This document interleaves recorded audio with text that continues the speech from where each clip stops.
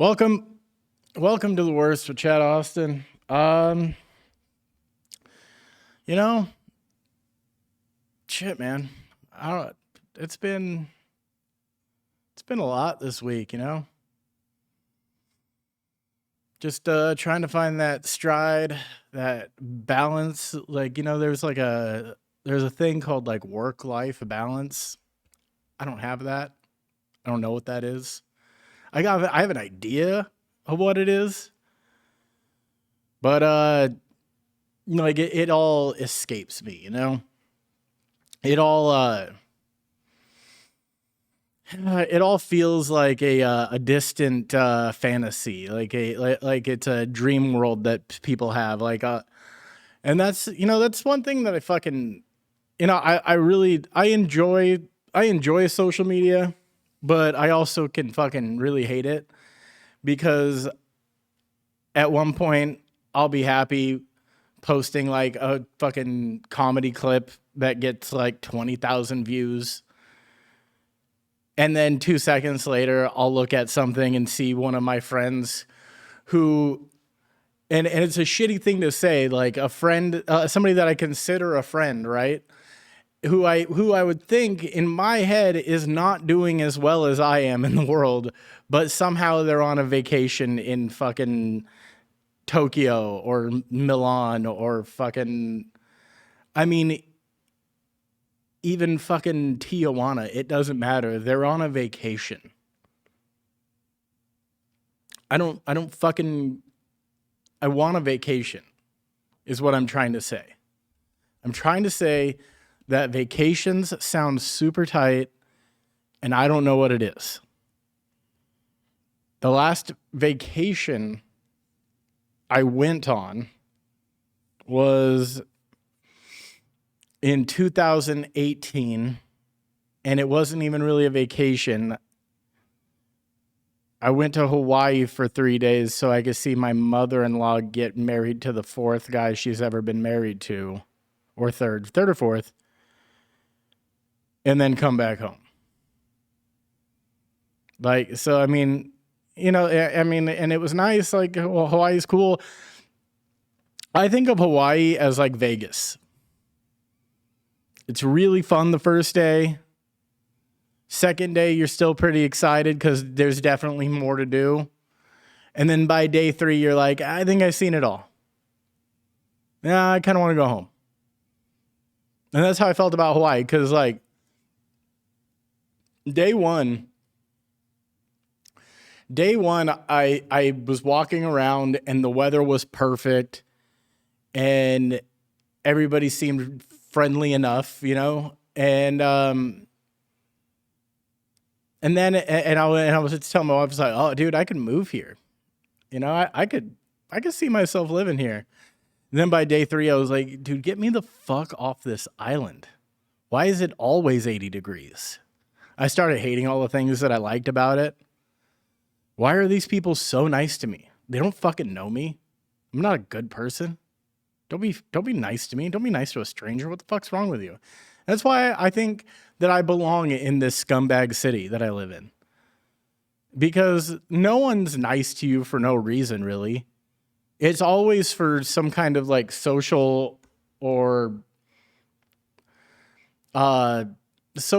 business gain, really, right? Like if you see I always take it with a grain of salt when somebody's being overly friendly to me. Because I feel like they feel they can get somewhere or something out of it. And me, like, I would say, like, not really too much anymore. I don't really have much to offer people, like, unless they want a job at my bar or, a spot on my podcast. But, I could help them book a show. I don't know, but I see it happen a lot, like when people sitting at my bar, where if it's somebody that, like, if they're not like already close friends and I see people being like overly nice to each other, I figure out immediately which one is the one that has the upper hand. And it's so easy because the one with the upper hand is nowhere near as nice. And that's this fucking city. That's everybody in this city.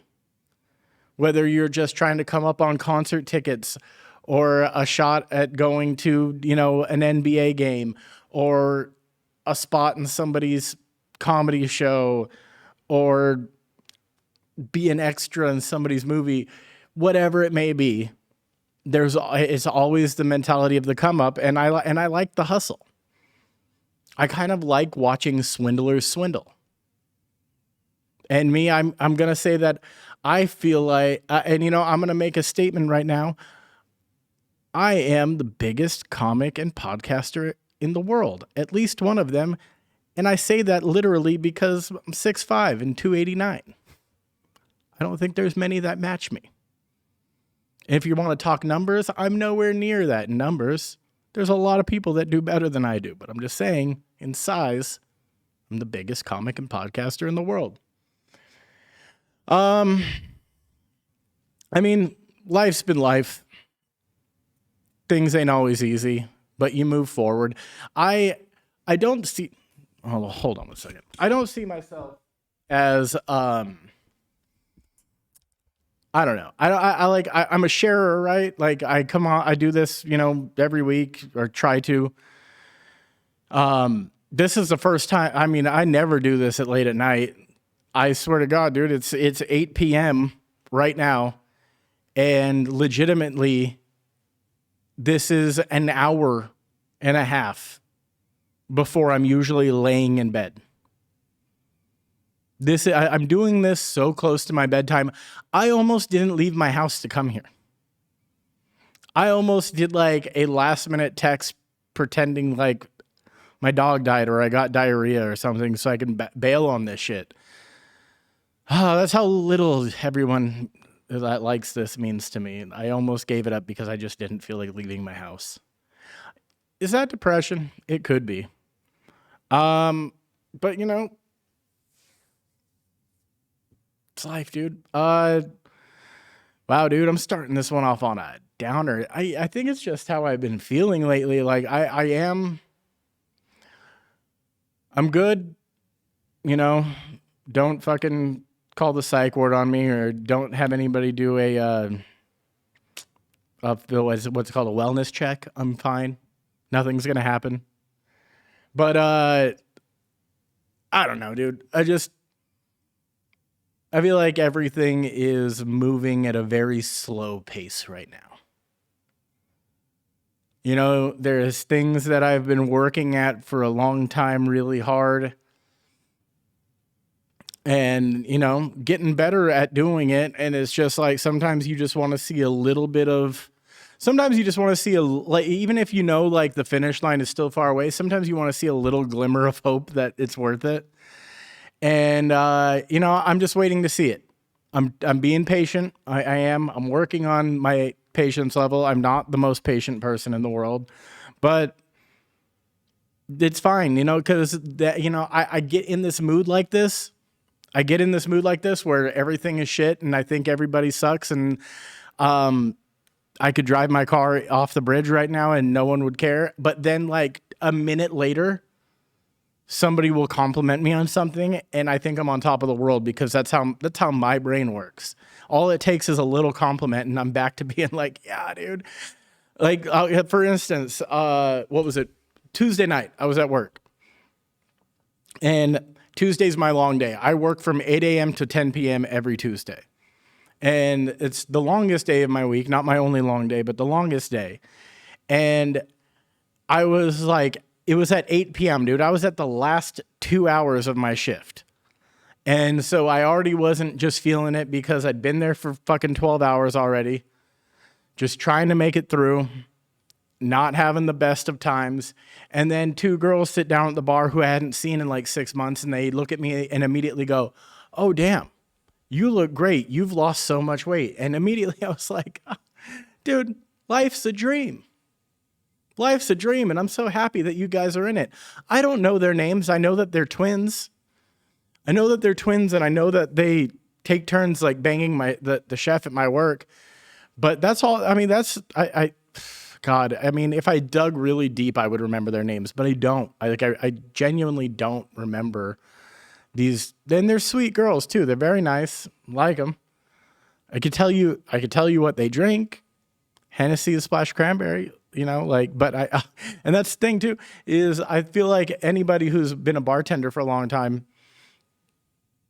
you'll remember 10 times out of 10, you'll remember somebody's drink before you remember their name. And it is full blown a fact with how I live. Like I will 100%, you come sit at my bar once. If you're the type of person that I have a feeling about you that you're going to order the same thing every time you sit down, where you're not just like, okay, so there's two types of people that sit down at the bar. There's a type of person that you say, can I start you off with something to drink? And they go, let me browse your menu really quick. That's a person that, they want to go with the vibe of the restaurant, and they want to look over what you serve, and they order accordingly to what like you offer, like what your focus is, because usually what your focus is what you're the best at, right? Then there's the people that you're like, can I get you something to drink? And then they immediately go Jack and Coke or vodka soda, 2 limes or something like that. That is a person that drinks the same thing no matter where they go. So if you sit down at my bar and I get an answer like that, I'm going to remember it. And if you come back, I will probably bring it to you as you're sitting down before you even ask for it. Because that's the type of service that you get from the fucking king, dude. We fucking lit out here, dude. I don't know, man. I have some shit that, like I've written down to talk about, but I wrote it down like a week and a half ago. I don't even know how relevant it is anymore. I mean, there's a couple things that I'm going to go off on that are still relevant. Like, so, oh, you know what? And then I can add that too. Okay, so there's 2 television shows that I've been watching recently. And they're of the same type of lore, but just like one of them is like remarkably better than the other. And, here, let's start with that one. So, Game of Thrones just, they've released their, I'm fidgety today, dude. Game of Thrones has released their prequel series, House of Dragon. And tonight I just watched the second to last episode of the season, the 9th episode.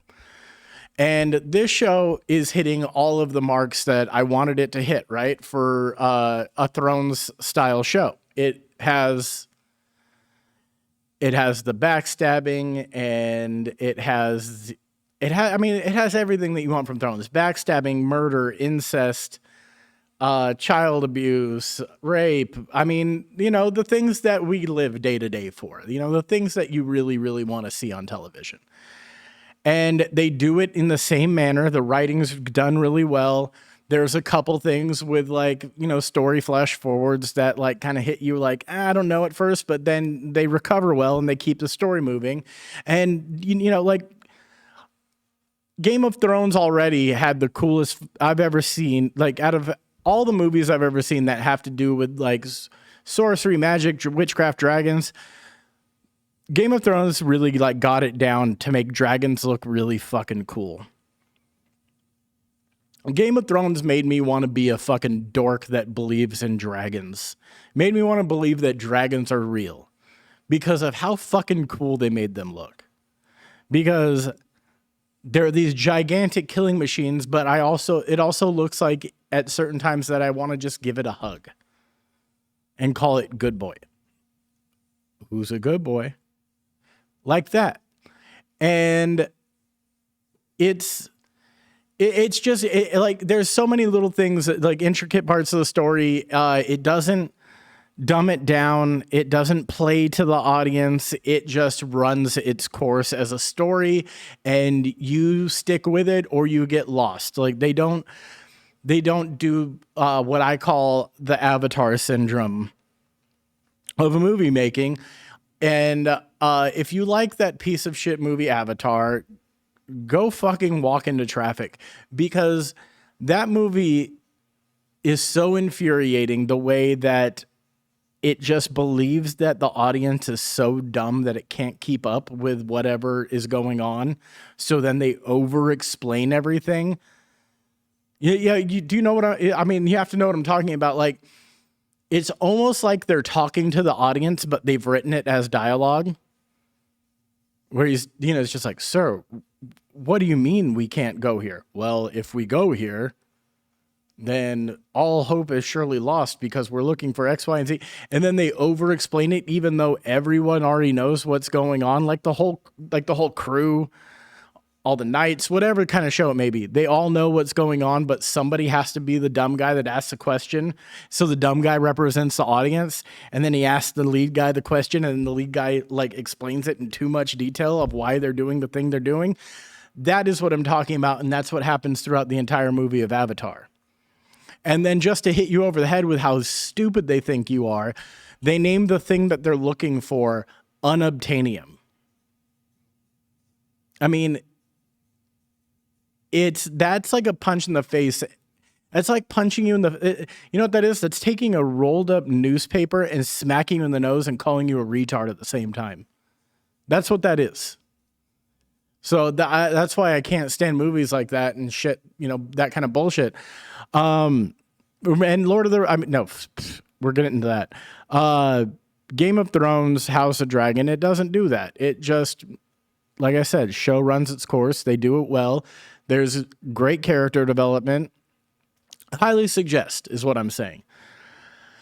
And then on the other hand, the Lord of the Rings franchise released Rings of Power, which is, it might be one of the biggest loads of dog shit I've ever seen. And the only reason I really even sat down to watch this is because the marketing behind it with media outlets and news stories and stuff like that did a wonderful job to suck me in, because they said that this is the most expensive television show that was ever created.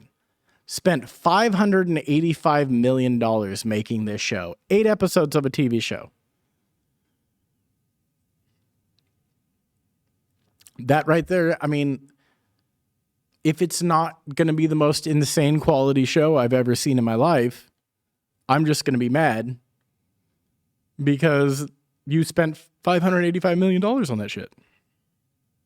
We could have spent that money to put all the homeless in a camp and light them on fire. But instead you made Lord of the Rings. Rings of Power. It's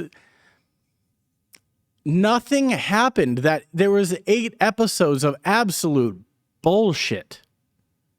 8 episodes of, it's almost as bad as with the original Lord of the Rings shows, movies, all they did was walk, right? And then occasionally something would happen, but all they did was walk. In this one, all we do is look at pretty scenery. It's mainly just shots of pretty scenery. And they did a wonderful job making the show fucking pretty, because it's very pretty. But I got it in the first 2 episodes that everything was really pretty. There are hood rats outside right now. There are hood rats wilding outside of this door right now, and I can hear them. No, okay, so I hope they heard me. Yeah, so it's bad, and I don't like it, and nothing happened until the last episode, and the last episode only just had like an aha moment where you're just like, oh, that's that. Okay. And then nothing happened. And also, dude, the hobbits are in it, but they're called Harfoots. And God, dude, what useless characters these midgets with big feet are. I don't know, man. It's just don't. If you have nothing better to do and you like to get high and watch, because I'm guilty of this. I like to get high and watch bad movies on purpose. But this is an 8 episode commitment of watching something that isn't even that entertaining to watch when you're high. But I'll tell you what, dude, I'm going to talk. I haven't done anything but work and watch movies and TV this past week. So it's going to be a lot of that. And then I'll jump into a couple topics that maybe no one will care about. But Clerks 3 came out, which I've always been a big Kevin Smith fan. You know, growing up as a fat teenage boy, and Silent Bob made movies, and the fat guy, he necessarily wasn't like the hero, but he was an anti-hero, and he was like a main character, and it was kind of cool to see. And, he had the skinny sidekick, and they did drugs and drank, and they had the foulest mouths, and, called people cocksmokers. And as a 12, 13-year-old boy, I was elated to watch that kind of shit. And as I got older, it was already ingrained in me that I like this humor. So, they would release more movies, and, they were always entertaining at least. Even when Kevin Smith went serious and did Red State and this, that, and the other, like, I was always entertained. I mean, well, I was almost always entertained. I didn't like Jersey Girl, but I was always entertained with everything else that he did. And Clerks 3 is kind of like the end of an era. It's like the whole end of the saga. And I don't know if I've just gotten older and I don't appreciate the humor anymore, or if Kevin Smith has gotten older and it feels more forced for him to write these type of jokes. But the humor felt a little bit more forced than it used to. But I'll tell you what, he's gotten a lot better at writing sentimental scenes, and that is what stuck out in this movie. There's a lot of heartfelt things that happen that really got me, and I enjoyed it. And so overall, it's a watchable movie, but I enjoyed it for things that I feel like a lot of people don't go to see his movies for. All right. I mean, since we're already on the TV and movie rant, let's just get one more out of the way. Halloween Ends. Halloween Ends finally ends the Halloween franchise, or at least so we think, right? We'll see if they figure out how to bring somebody back to kill people with a mask on. I've said it before. The original Halloween, to me, is the like, I don't know, it's like the epitome of a slasher film. Like, it is, it's like one of my all-time favorite horror movies was the original Halloween, because I saw that. I was way too young to see that when I saw it, and Michael Myers was terrifying to me. He's a massive man, and he only walks to get to where he needs to be. There's never a run or even a light jog. It is a slow-paced walk.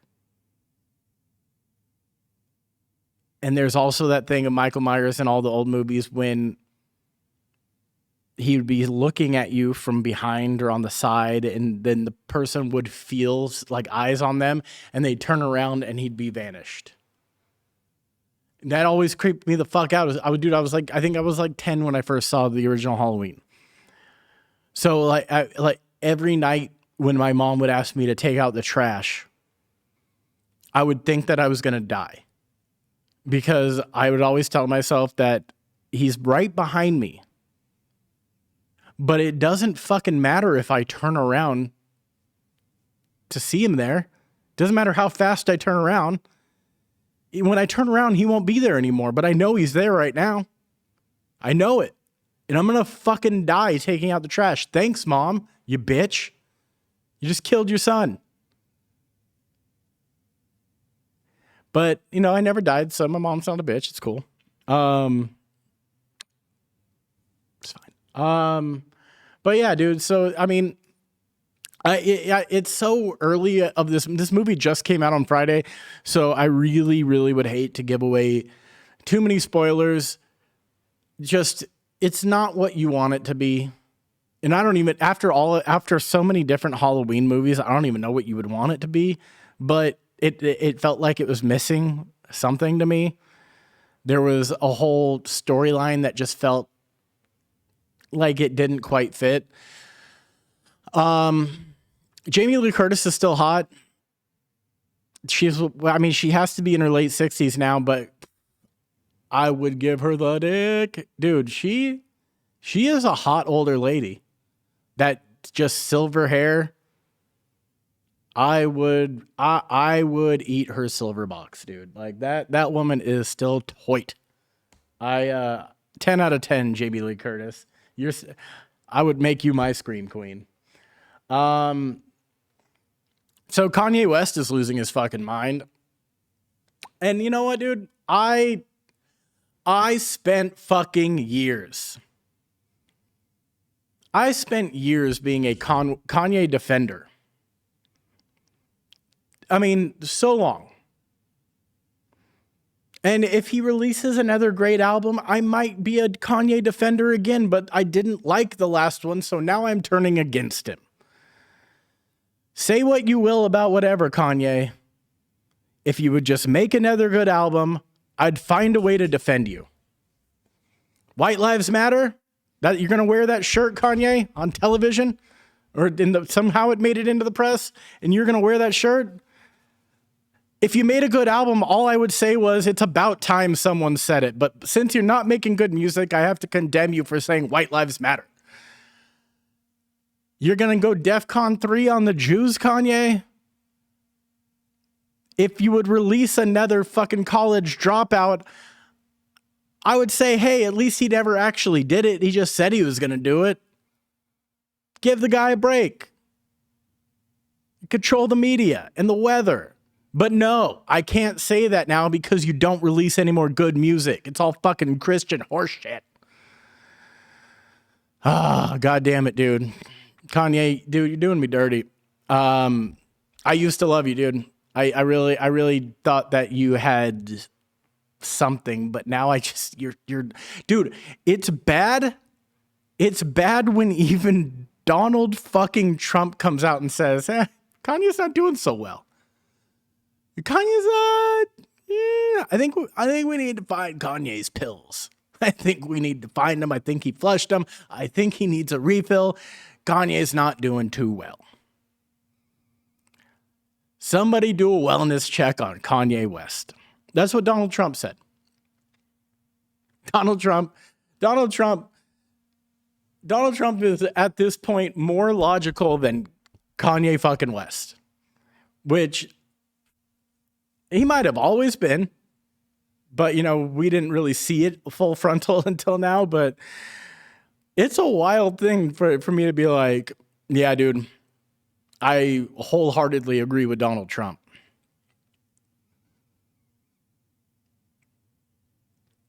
Kanye, get your shit together, dude. And it's crazy, too, because you got to, like, the real deep end shit all started with Pete Davidson. So if Pete Davidson didn't put his gigantic cock in Kim Kardashian West, I think Kanye would still be in the crazy closet instead of being out and proud with his lunacy. Everything is Pete Davidson's dick's fault. That might be the name of this episode. Pete Davidson dick's fault. Pete Davidson's dick's fault. It's a kind of a tongue twister. But speaking of Senior President Donald Trump, I got bored the other night and I joined his social media, Truth Social. Let me tell you about how fucking wacky that shit is.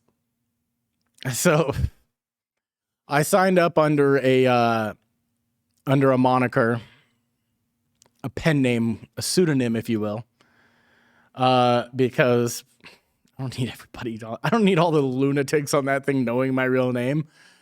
But it's interesting. It's an interesting read because these people, they don't pull any punches on this thing. This is really their truth. They are living their truth on Truth Social. And in fact, when you post something, because I posted something, and the only thing I posted was, is Donald Trump a trans man? ? I was hoping to get people riled up, but I don't have any followers yet, so it didn't really work.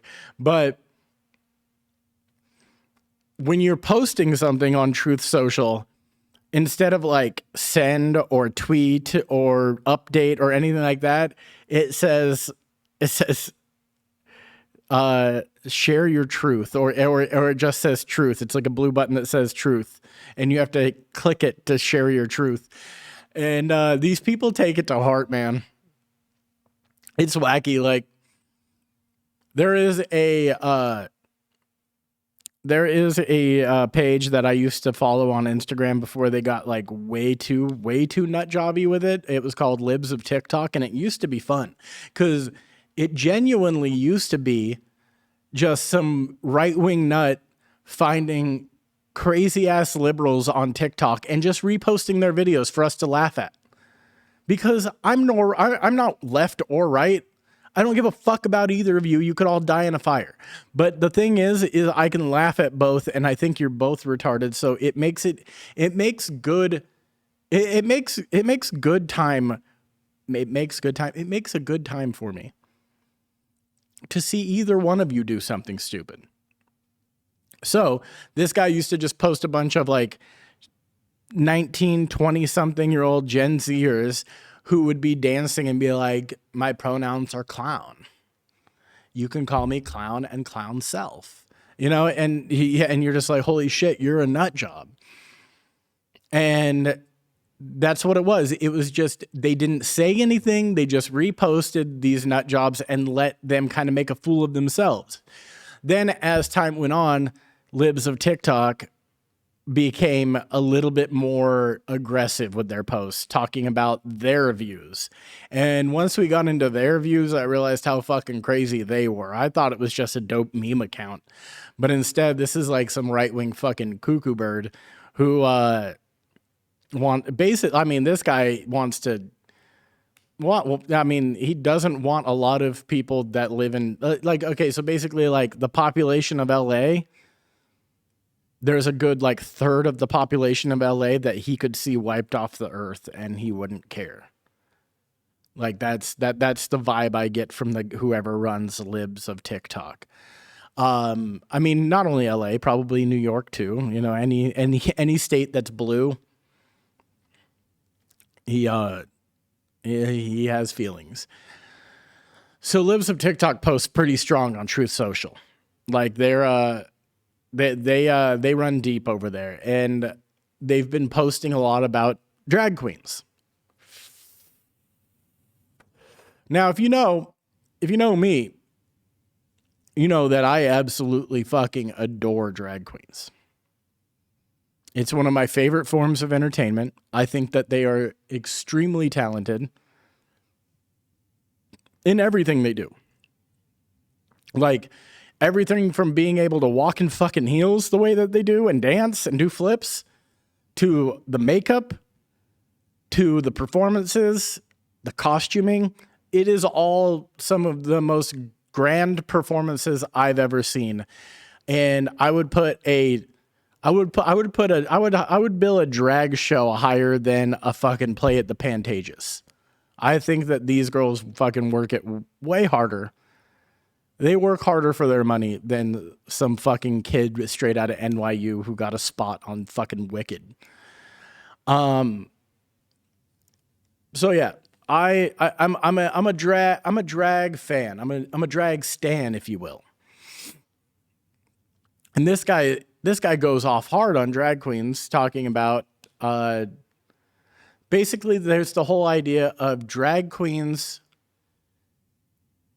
I don't know when this became a thing, and if, drag queen friends, if you want to sound off, like when it became a thing for like drag queens to like put themselves into like children's places, like, going to schools and libraries and stuff. But, you see it a lot more on social media nowadays, that they're going to do like a book reading at a library or something along those lines. And never once did I bat an eye at it. I don't care, dude. Go. One of the most popular movies in the 90s was Mrs. Doubtfire. That was one of the most famous comics in the world, dressing up as a woman and doing children's stories for kids. Like, no one had a problem with that. And I still don't have a problem with it if a dude wants to wear a dress and get all dolled up and then go read fucking Robin Hood or whatever, fucking, I don't know, Catcher in the Rye. No, maybe that's too much, but you go read to the kids. It's fine. It's good. Do a service, whatever. I just don't understand where it fits into like the drag universe, because the drag queens that I know and the drag shows that I've seen, they're always a little bit more adult content forward. Now, with that said, it's not always. Like, sometimes they just lip sync and that's the show. It all depends on where you're located. Like, if you've been listening, I went to DragCon last year. I took my kid. We had a great time. Just walked around, met people, bought shit, hung out. It was fine. It was great. And never once did she see anything that she shouldn't see. When I went into the men's room, I definitely saw some dude getting his dick sucked, but she doesn't have to go in the men's room, so it doesn't matter. So if you want to be a fucking sexual deviant, do it in the bathroom, and no one gives a fuck. It doesn't matter like how fucking horny you are. I don't think anybody's gonna just whip their dick out in the middle of the LA Convention Center so somebody could suck it. Like, that would just be wild, and you'd get arrested. So men's bathroom, perfectly logical and fine place to go get your dick sucked. Yeah, dude. So I don't understand why the right-wing people have such a problem with a dude in a dress reading to kids, especially since, like I said, Miss Doubtfire was one of the most popular movies in the 90s, and that's what happened in that. And it's so they post all this stuff, and then I read the comments, and everybody is like making like puking emojis, and quoting scripture and getting really weird, and it's very uncomfortable. But it's nice to read. I feel like every one of my friends who is on that super liberal side of this spectrum should sign up for Truth Social. I think everybody should see what the other side thinks. And I don't know what my right-wing friends should do. I guess read Twitter more. Twitter's a pretty fucking liberal place, I guess. I guess it goes both ways. Twitter's a pretty fucking toxic place. But, yeah, I guess Instagram's more one of the more liberal ones, I would say. TikTok. Oh, wait, yeah, there you go.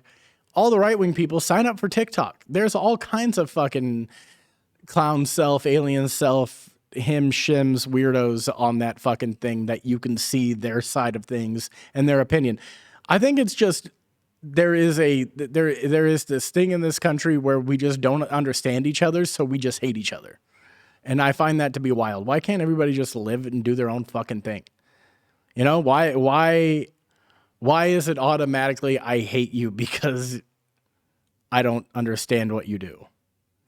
I choose to fully understand somebody before I decide that I hate them. Call me old-fashioned. The last topic I'm going to get into is a movie that I haven't seen yet, but it's been getting a lot of buzz on the internet, and it's called Bros. Now, and trust me, I tried my hardest to see this movie before I came here for this. And when I say I tried my hardest, I don't mean that I would go pay money to go sit in a fucking theater to watch this.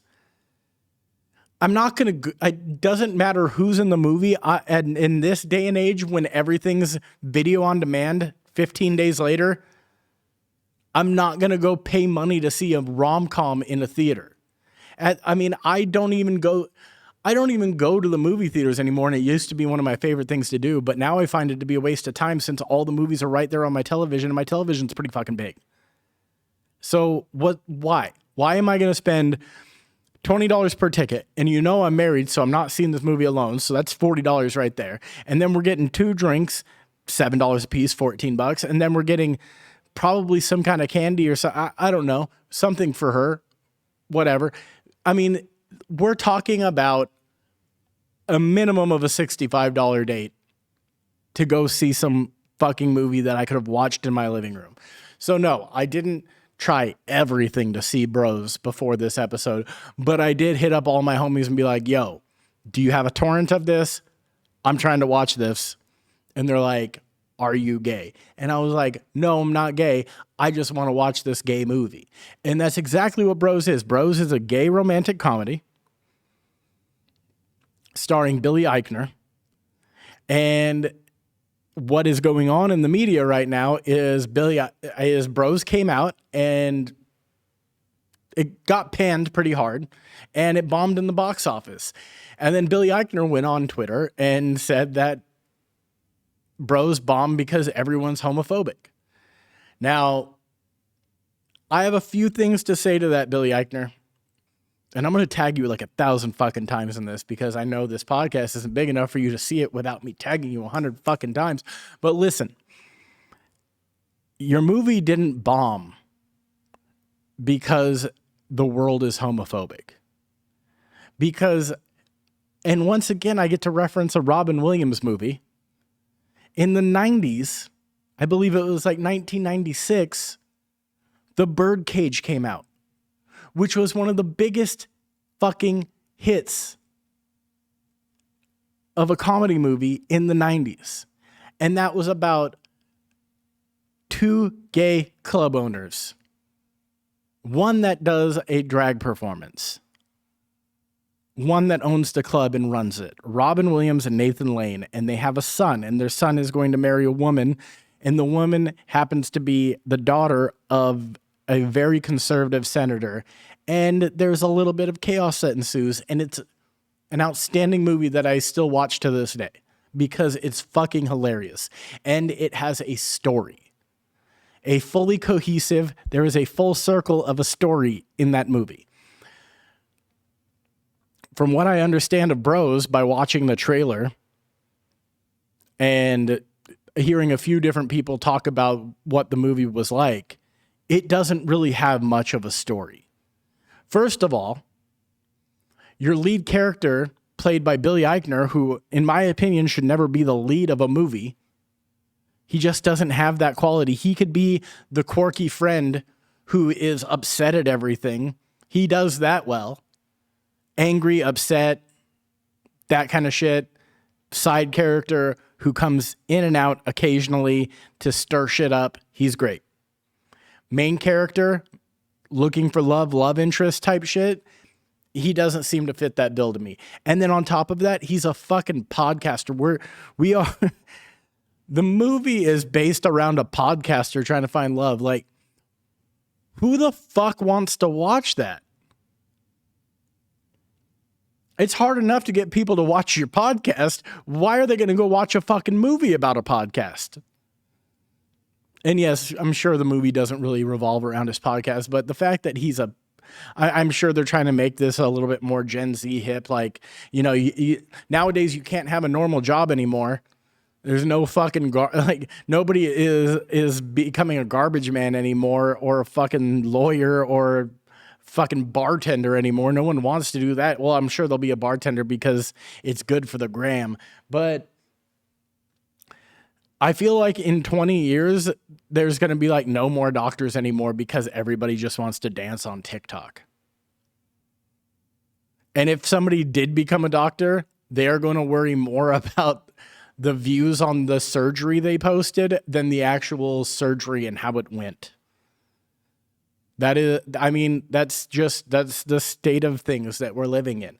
So Billy Eichner wants to blame homophobia, and he's absolutely wrong. Sure, there's a lot of people that still just aren't comfortable with gay. I get that. There's a whole middle of this country that doesn't have the open-mindedness of the two coasts, and sure. But your movie bombed so badly, it means that not even the gays came out to see it. And from last I checked, that is, especially nowadays, since everybody is fucking bisexual at least, that is, I'd say, at least a third of the population now. And not even they came out to see it. Because if every gay went to the movie theater to see your movie, it wouldn't have done as poorly as it did. But it fucking bombed horrifically. So you want to blame the straight people when not even your own crew came out. That doesn't seem right. And then you posted this whole delusional bullshit on Twitter about how you snuck into a movie theater in West Hollywood and saw people laughing and wiping their eyes from tears when they walked out, and how it touched your heart. No one believes that happened. There is nothing about what I saw from what I saw that makes that movie either that sentimental or that funny to where somebody is crying walking out of the theater. No one's being touched by bros unless it's in a frat house. I think that's it for today. I think I'm calling it quits right there. Next week, I'm gonna have a guest on for the first time in a couple months. I've been running balls deep on solo episodes. Like, rate, review, subscribe, do all that shit. Who knows how long we'll keep this running, but we're going to do it till the wheels fall off. Thank you for watching The Worst with Chad Austin. Bye.